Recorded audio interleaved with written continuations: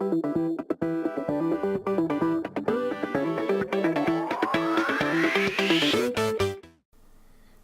Dashboard Enterprise Edition provides some additional charts and visualization features that aren't available in the Community Edition. In this video, we're going to look at the calendar component that's available in Universal Dashboard Enterprise. The first step here is to import our Universal Dashboard module. And you can see I'm creating a dashboard here titled Strava Calendar. And at the bottom, I am starting a UD dashboard on port 10,001 and specifying the auto reload feature. So whenever I make changes to this particular script, it will actually automatically reload the web browser for me. Up at the top here, I'm actually calling out to the Strava API. So Strava is a fitness tracking app similar to Map My Run. In this case, I'm actually calling out and getting all the activities that I've done for the past year. So that's where I'm calling get Strava activity right here. I'm specifying an access token, which is required for the Strava API. From there, I'm filtering based on the date, so any activities after 1 year ago from today. And then I'm getting pages full of data. The Strava API limits the number of records that are returned per page, so you have to make multiple requests in order to get that data. From there, I'm adding each one of the activities to the array list activities, and I will be using these activities in my calendar inside UD. So that activities array list has already been populated. There's also a rate limit, so if I were to call the Strava API too many times, it'll rate limit me. So I'm actually storing that activity and checking to see if I have activities in that list and not calling it again, because I won't be running during this video. So you can see that it has all different information about the activity here. What we're going to be focused on in this particular video is we're going to look at the start time or start date, so that's the date of this activity, as well as the moving time, so that's the amount of time I actually spent moving during that activity. So with UD, it provides a new UD Nevo chart, and a Nevo chart is kind of a special chart that provides a little more functionality than the basic chart.js charts when you use new UD chart. With new UD Nevo chart, each chart expects a different type of data format based on the type of chart you're creating. For the calendar chart, the data needs to be in the format of an array with hash tables, and each one of the hash tables in the array has to specify a day and a value.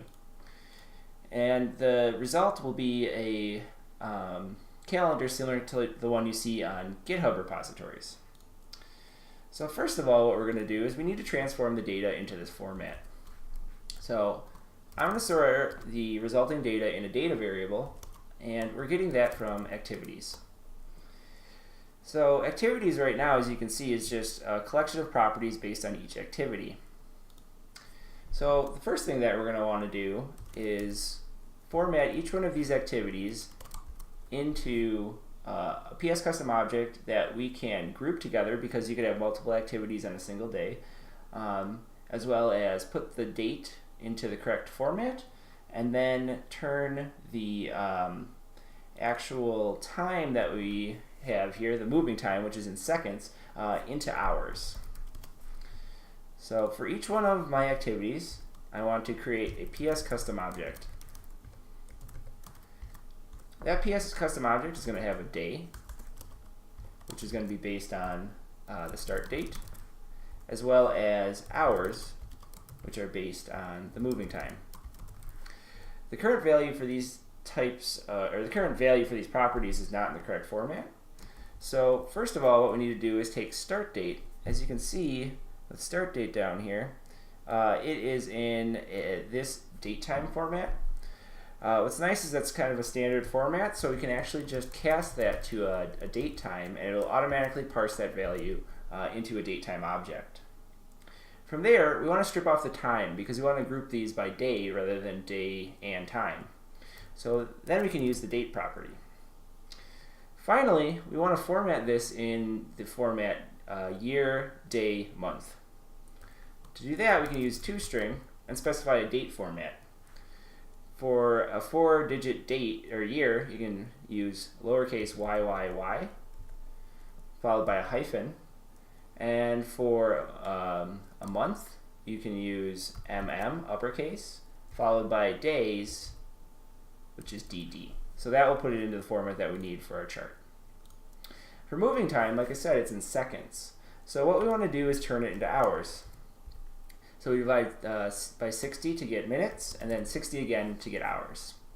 One of the problems with doing it just this way is that you end up with really long decimal places. So let's actually truncate the number of decimal places down to just one decimal place after the whole number. So we can use the math API inside of .NET to truncate this value. To do so, you can multiply by 10 and then divide by 10. So it will increase our moving time by 10, truncate off all the extra digits, and then divide by 10, so we end up with one decimal place. So now we have our activity in a format that is conducive to putting into a new UD Nevo chart. But one thing that we want to do is we want to actually group the value based on activity, since you can have multiple activities in a single day. So to do that, we're going to use group object, and we're going to select the day property.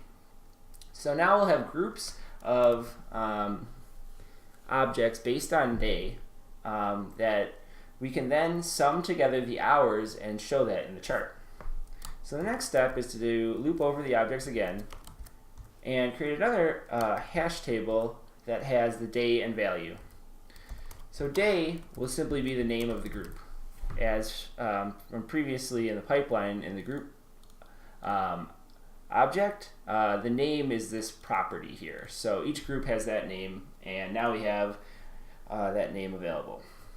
And we're setting it to the day property of this hash table. Next, we're going to want to get the value. So the value is based on the group. So there are one or more values in this group array when you use group object. And what we want to do is we want to take each one of those values and then sum them together. So we can use measure object to sum those values together.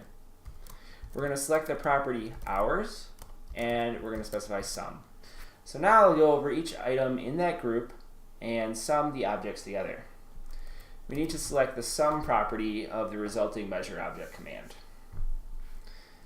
So now we have our data in the structure we'd like, as well as we've grouped the values together and summed up the hours spent per day doing this activity. Now we want to specify our new UD chart commandlet, Nevo chart commandlet. The way to switch between the different types of charts is actually through the different parameter sets of this Nevo chart. To use a calendar, we want to specify the calendar switch parameter. From there, we want to specify a date, or the data. So we're going to specify data that we just created in the above pipeline, followed by the height of our chart. So we'll make our chart 700 pixels high, 1,000 pixels wide. And then we need to specify the from date to the to date. So first of all, we're going to call getDate and add years -1. So we're going to go back a year. So we want to start from 1 year ago today. And then the to date is going to be today. So now we specified all the values necessary for our chart. And if we save our chart, what we'll see is if we go to our dashboard, we have a Strava calendar that has been created. So there's 2 rows here because this was the past year, 2018, and then the current year on the bottom here, 2019. So every day that has a color is a day that had a Strava activity, and you can actually hover over and see the amount of time spent on each activity. And the color changes based on the number of hours. So as you can see here, I had a long distance race where I actually spent a long time that day. So in this video, we've gone over how to create a calendar with Universal Dashboard Enterprise Edition.